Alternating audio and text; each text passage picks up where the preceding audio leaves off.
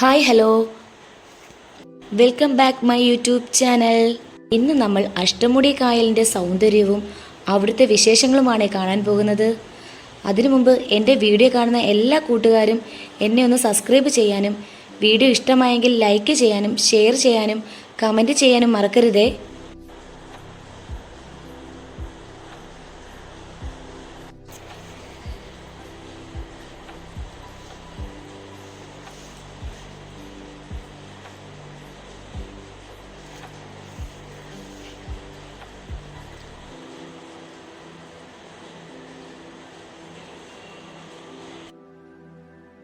ആദ്യം നമുക്ക് കായലിൻ്റെ വിശേഷങ്ങളിലോട്ട് പോകാം.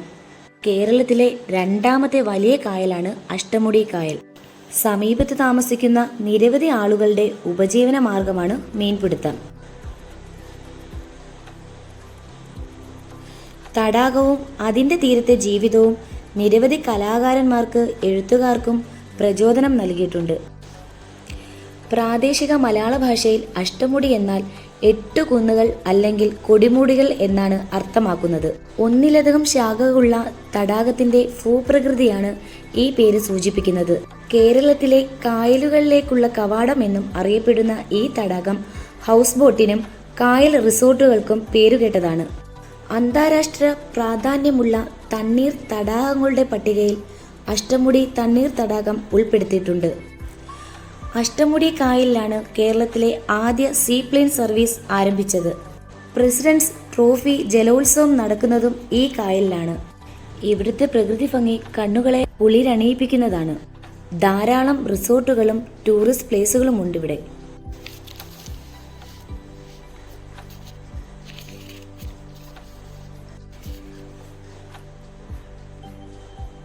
അഷ്ടമുടി അഴിമുഖത്തിന്റെ 8 കൈകളാണ്.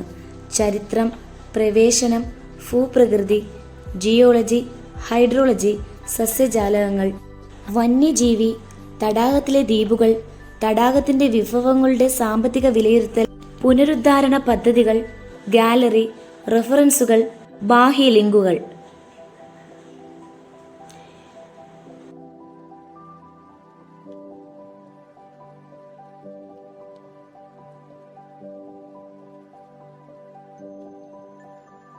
ഇതിന്റെ പുറകിലായി കാണുന്ന കൂറ്റൻ റിസോർട്ട് ലീല ഗ്രൂപ്പ് അംഗമായ രവി സാറിൻ്റെതാണ്.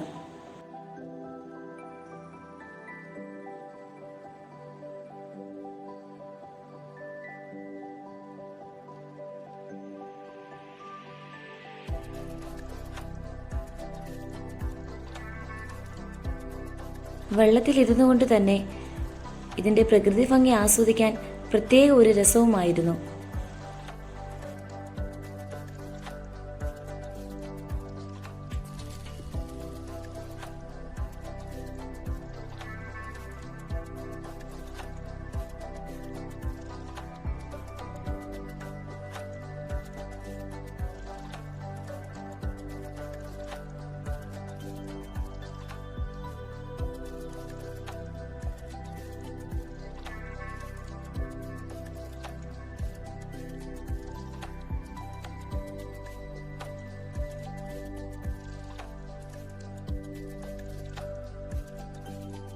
കൊല്ലം മുതൽ ആലപ്പുഴ വരെയുള്ള ഡെയിലി സർവീസ് ബോട്ടാണ് ഈ കാണുന്നത്.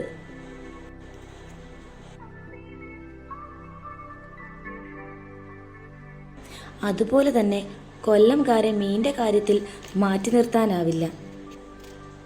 മഹാനടൻ മമ്മൂട്ടി പറഞ്ഞത് ഓർമ്മയില്ലേ, കൊല്ലത്താണ് ഏറ്റവും കൂടുതൽ നല്ല മീനുകൾ കിട്ടുന്ന സ്ഥലമെന്ന്. അതെ, ഏറ്റവും കൂടുതൽ നല്ല മീനുകൾ കിട്ടുന്ന സ്ഥലം കൊല്ലം തന്നെയാണ്. നോക്കെ, പിടയ്ക്കുന്ന ഞണ്ടും കരിമീനും ഒക്കെയാണ് ഇവിടെ കാണുന്നത്.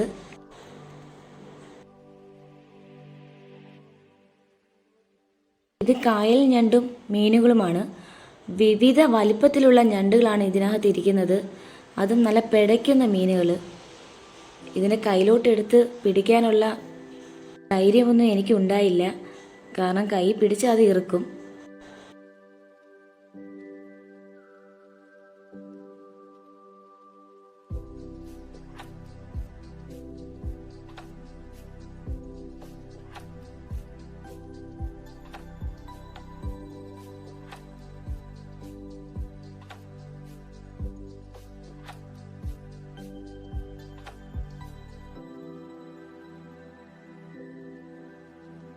ദേ നോക്കിക്കേ, എന്ത് നല്ല ജീവൻ തുടിക്കുന്ന മീനുകളാണ് ഇവിടെ ഇരിക്കുന്നതെന്ന്.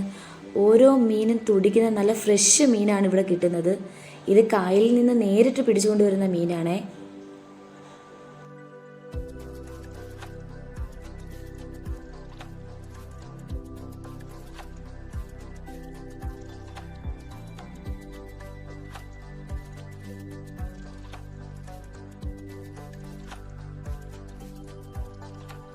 ഇനി നമ്മൾ പോകുന്നത് കടവൂർ പള്ളിയിലോട്ടാണേ.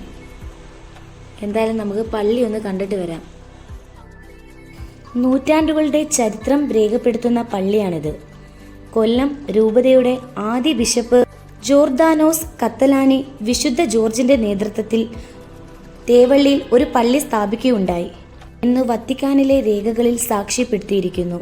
ആദ്യകാലത്ത് വിശുദ്ധ കശ്മീരിന്റെ പള്ളി ഉണ്ടായിരുന്നില്ല. വിശുദ്ധ ജോർജിനോടുള്ള ഭക്തി കൊല്ലത്ത് വളരെ ശക്തമായിരുന്നു എന്ന് പുരാതന രേഖകൾ സൂചിപ്പിച്ചിരിക്കുന്നു.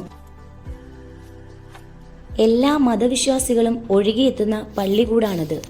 1502 കൊല്ലത്തെത്തിയ പോർച്ചുഗീസുകാർ ക്രൈസ്തവ സമൂഹത്തിന്റെ ആചാര അടിസ്ഥാനങ്ങൾക്ക് പുതിയ മാനം നൽകി ആരാധന ആവശ്യങ്ങൾക്കായി കുരിശ് സ്ഥാപിച്ചു എന്നാണ് ചരിത്രം. കുരിശ് ഇപ്പോൾ ഈ ദേവാലയത്തിന്റെ പുറകിലാണുള്ളത്.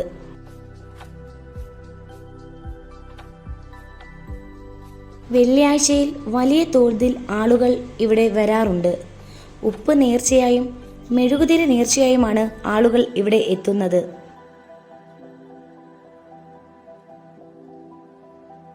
തങ്ങളുടെ മനസ്സിലെ ഉദ്ദിഷ്ട കാര്യങ്ങൾ കുരിശിൻ ചുവട്ടിൽ നിന്ന് പ്രാർത്ഥിച്ച് കുരിശിൻ ചുവട്ടിലുള്ള ഭിത്തിയിൽ വിരൽ കൊണ്ട് തങ്ങളുടെ ആവശ്യങ്ങൾ എഴുതിയാൽ അത് നന്മയായി ജീവിതത്തിൽ ലഭിക്കുമെന്നാണ് വിശ്വാസം.